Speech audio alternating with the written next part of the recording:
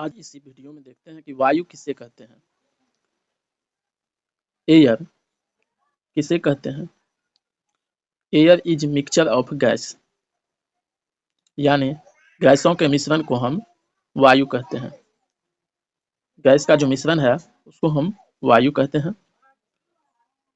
तो वायुमंडल में कौन कौन से गैस का मिश्रण है तो देखते हैं। ये 78% नाइट्रोजन है, सबसे सर्वाधिक गैस है। लगभग 21% ऑक्सीजन है। 0.93% ऑर्गन है। 0.03% CO2 यानी कार्बन डाइऑक्साइड है। 0.04% अन्य गैस है। तो इसका पूरा डिटेल देखते हैं। ये है नाइट्रोजन 78.84% यानी 78% नाइट्रोजन। ऑक्सीजन लगभग 21%, ऑर्गन 0.93%, कार्बन डाइऑक्साइड 0.03%।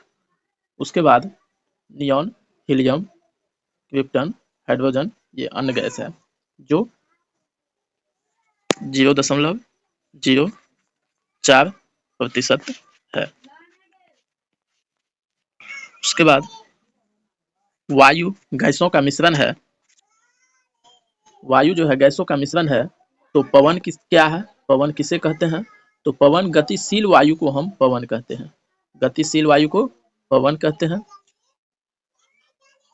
तो पवन हमेशा उच्च दाब से निम्न दाब की ओर चलता है, यानी पवन हमेशा हाई प्रेशर से लो प्रेशर की ओर चलता है।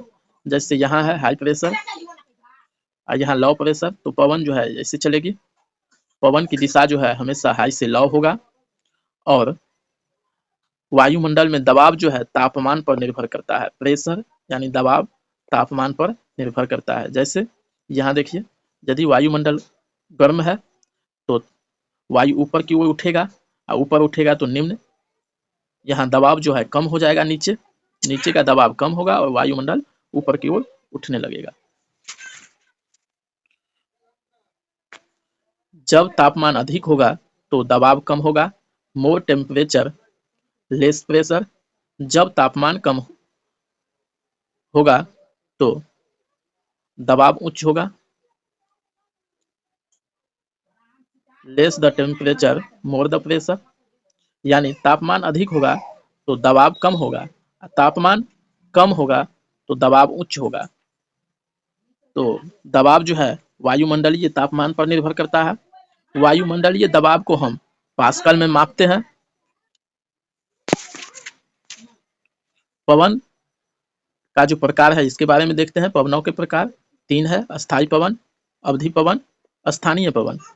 तो अस्थायी पवन का भी 3 रूप है: पूर्वा, पछिया और व्यापारिक पवन। अवधि पवन को ही हम मानसून पवन भी कहते हैं, जिसके कारण वर्षा होती है। तो इसका जो है मानसून पवन है में भी गर्मी मानसून और विंटर मानसून 2 भाग है।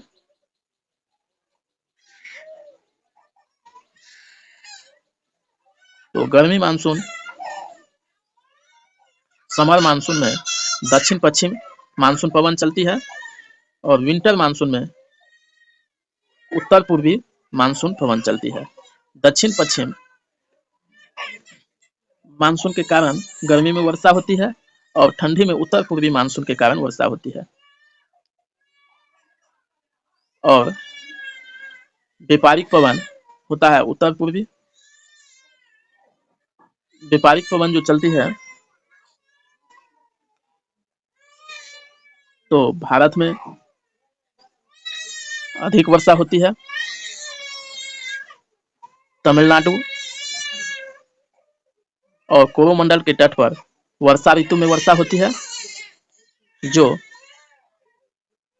दक्षिण पश्चिम मानसून के कारण होती है। और स्थानीय पवन लू, स्थानीय पवन लू जो गर्म हवा होती है, गर्म पवन है, जो राजस्थान से बिहार तक चलती है। काल बैसाखी पश्चिम बंगाल, काल बैसाखी पवन गर्म पवन है, बस नाम अलग है। अलग अलग जगह हम अलग नाम से जानते हैं। काल बैसाखी पश्चिम बंगाल और असम में बोलते हैं गर्म पवन को। बरडोली चिरा गर्म हवा को असम में बारडोली चिरा के नाम से जानते हैं। आम्र वर्षण केरल कर्नाटक में गर्म पवन को जानते हैं आम्र वर्षण के नाम से। चेरी ब्लास्म के नाम से केरल में जानते हैं स्थानीय पवन। कपास वर्षा स्थानीय पवन महाराष्ट्र का है। भूमध्य सागर में सिरको पवन चलती है। चिनूक यूएसए में चलती है।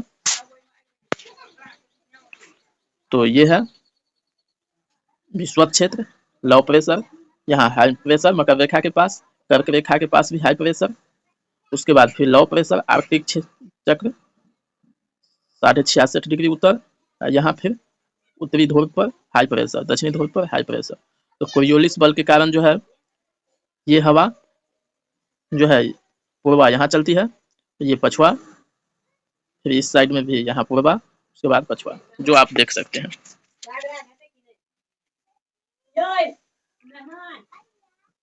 कोरियोलिस बल क्या होता है पहले बता चुके हैं। तो कोरियोलिस बल जो है ध्रुवों पर अधिकतम होता है और विषुवतीय क्षेत्र में कम होता है। कोरियोलिस बल ध्रुवीय पलायन बल को ही कोरियोलिस बल कहते हैं। पृथ्वी के घूर्णन के कारण लगने वाले बल है कोरियोलिस बल। तो हाई प्रेशर से जो लो प्रेशर की ओर दक्षिण की ओर जो हवा आएगी वे बाएं तरफ मुड़ेगी। हाई प्रेशर से लो प्रेशर की ओर जब उत्तर की ओर हवा जाता है तो दाएं ओर मुड़ता है, जो फेरेल का नियम है। उत्तर में जाने वाले पवन दाएं ओर मुड़ेगी और दक्षिण में जाने वाले पवन बाएं ओर मुड़ेगी। कोरोमंडल और तमिलनाडु के तट पे जो ठंडी ऋतु में दिसंबर में जो वर्षा होती है, ये उत्तर पूर्वी मानसून के कारण ठंडी में वर्षा होती है और व्यापारिक पवनों के कारण दिसंबर में कोरोमंडल के तट पर और तमिलनाडु में भारी वर्षा होती है। तो आप देख सकते हैं इस फोटो में।